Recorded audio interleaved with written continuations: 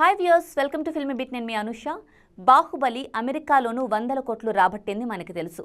Pushpa super duper విజయవంతమైంది. భారీ ఎత్తున డాలర్లు పోగేసుకుంది. ఇవి ఇప్పటి వరకు తెలుగు ఇండస్ట్రీ నుంచి వినిపించిన వ్యాఖ్యలు, ఆయా సినిమాలు అగ్రరాజ్యంలో సాధించిన కలెక్షన్లు. కానీ ఇకపై అలా కుదరదు. ఎందుకంటే ఇప్పుడు ట్రంప్ విజృంభించారు. తనదైన శైలిలో సుంకాలను విధించి ప్రపంచ దేశాలతో పాటు అమెరికా కంపెనీలను కూడా హడలెత్తిస్తున్న అమెరికా అధ్యక్షుడు డొనాల్డ్ ట్రంప్ తాజాగా సినిమాలకే సినిమా చూపిస్తున్నారు. తాజాగా ఆయన తీసుకున్న నిర్ణయంతో సినీ పరిశ్రమ ఉలిక్కిపడింది. అమెరికాలో నిర్మించే సినిమాలపై విధించే సుంకాలపై 50% రాయితీ ఇస్తామని ఇటీవల అధ్యక్షుడు ట్రంప్ ప్రకటించారు.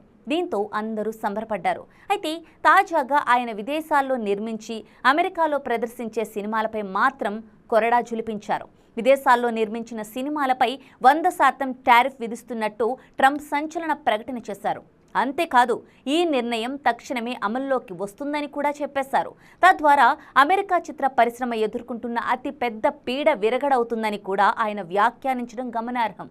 ముఖ్యంగా కాలిఫోర్నియా గవర్నర్ వ్యవహరిస్తున్న తీరుతో అక్కడి చిత్ర పరిశ్రమ అడుక్కునే స్థాయికి చేరిందని ట్రంప్ చిందులు తొక్కారు. వాస్తవానికి కాలిఫోర్నియా ఒకప్పుడు అందాలకు చిరునామా.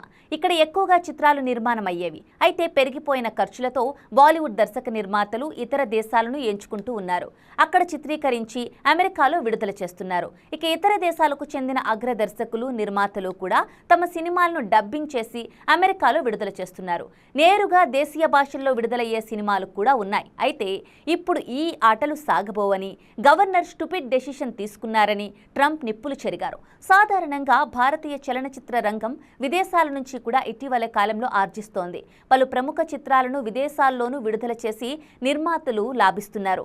అయితే ఇప్పుడు 100% సుంకాలు విధిస్తే ఆ ప్రభావం చిత్రాలపై పడుతుంది. తద్వారా టికెట్ ధరలను రెట్టింపు లేదా 3 రెట్లు అయినా చెల్లించాల్సి ఉంటుంది. ఇదే జరిగితే సగటు అమెరికన్ ప్రేక్షకుడు స్థానికంగా నిర్మించిన చిత్రాల వైపే మోగుతాడు అనేది ట్రంప్ ఆలోచన. కానీ ఆయన ఈ ప్రకటన చేసిన కొన్ని నిమిషాలకే విమర్శలు వస్తుండటం గమనార్హం. తమకు చిన్నపాటి ఆనందాన్ని కూడా లేకుండా చేస్తున్నాడంటూ అధ్యక్షుడిపై అక్కడి వారు విమర్శలు గుప్పిస్తున్నారు.